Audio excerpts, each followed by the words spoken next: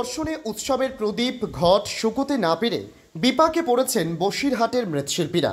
জন্মাষ্টমীর পর কৌশিকী অমাবস্যা মিটেছে, সামনে গণেশ পুজো, বিশ্বকর্মা পুজো, দুর্গা পুজো, দীপাবলি থেকে জগদ্ধাত্রী, একটার পর একটা উৎসব। আর এসব পুজোতেই বহুল প্রয়োজনীয় মাটির প্রদীপ, ঘট, হাঁড়ি, কলসি সময় মতো তৈরি করে সরবরাহ করা নিয়েই এখন সংশয়ে পড়েছেন শিল্পীরা। প্রায় 2 মাস ধরে টানা বৃষ্টিতে একেবারেই শুকোতে পারছে না এঁটেল মাটি, ফলে মাটির সামগ্রী শুকোতে না পেরে অর্ধেক কাজেই আটকে গেছে। পরম্পরায় বাবা দাদুরা সেইভাবেই আমাদের সব মাটির কাজ হয়। কাজ বলতে আমাদের পুরো নির্ভরশীল রৌদ্রের উপরে।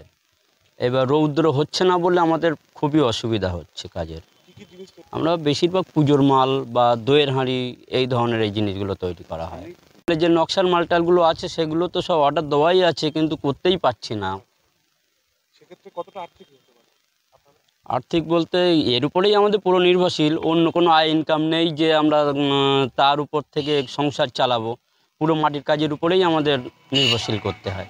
বসিরহাট মহকুমার সংগ্রামপুর শিবহাটি গ্রাম পঞ্চায়েতের কামারডাঙ্গা গ্রামে প্রায় 100 জন পালমশাই রয়েছেন, যারা প্রজন্মের পর প্রজন্ম ধরে এই শিল্প বাঁচিয়ে রেখেছেন। কিন্তু এবছর বৃষ্টি যেন তাদের অস্তিত্বকেই হুমকির মুখে ঠেলে দিয়েছে। অন্যদিকে নদী থেকে মাটি আনার ক্ষেত্রেও তৈরি হয়েছে সমস্যার পাহাড়। খুবই অসুবিধা হচ্ছে, মাল শুকানো যাচ্ছে না। মানে বৃষ্টি হলে যা হয় বুঝতে পারছেন, রৌদ্রের দ্বারাই আমাদের তো কাজ। আর এ তো আগুন বা হিট দিয়ে শুকানো যায় না, কেটে যাবে, আস্তে আস্তে শুকাতে হয়।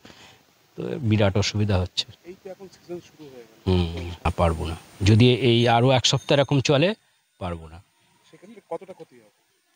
প্রচুর আর্থিক ক্ষতি হবে। শুধু আমরা ক্ষতির সম্মুখীন হব না, আমাদের কাছ থেকে কিনে নিয়ে যারা বিক্রি করে হোলসেলাররা তারা ক্ষতিগ্রস্ত হবে। কিছু প্যান্ডেলের মালের নকশার অর্ডার আছে, সেগুলো অসুবিধা হবে। সরকারি ছাড়পত্র না থাকায় মাটি তুলতে পারছে না তারা, বাধ্য হয়ে নদী পাড়ের বাসিন্দাদের থেকে অনেক বেশি দামে কিনতে হচ্ছে।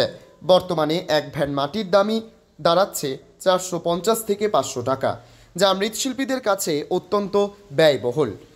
এই সংকট শুধু বসিরহাট 1 নম্বর ব্লকের নয়, বসিরহাট 2 নম্বর, গোবিন্দপুর, পালপাড়া, হারোয়া, মিনাখা, স্বরূপনগর সহ সীমান্তবর্তী ও সুন্দরবনের বিস্তীর্ণ এলাকার মৃৎশিল্পীরাও একই সমস্যার মুখে। সকলেরই এখন একটাই আশা, বৃষ্টি থামুক, উঠুক ঝলমলে রোদ, তাহলেই সময় মতো মাল সরবরাহ করা যাবে, সংসার বাঁচবে আর টিকে থাকবে বাংলার এই প্রাচীন ঐতিহ্য।